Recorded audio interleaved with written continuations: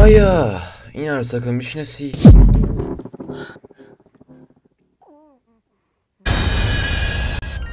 بله، آنابل، عروسک نفرین شده که از بچگی باش خاطره داری.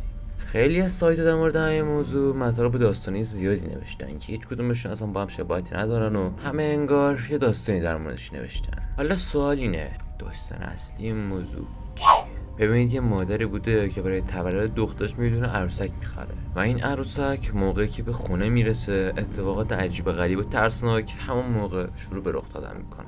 بعدن یه اتفاق برای این دختر میفته و جونش از دست میده و اسم همین دختر روی عروسک میذاره. حالا برخی متخصص میگه که چیزی که تو گفتی اصلا چه ربطی به موضوع داشت، اما به اینجای موضوع دقت نکردی. موضوع اصلی این ویدیو همون اتفاقاتی که توی واقعیت داره رخ میده، یعنی دزدیده شدن آنابل از موزهش، که توی ویدیو بعدی بهتون این موضوع رو توضیح میدم. پس چنل گم نکن.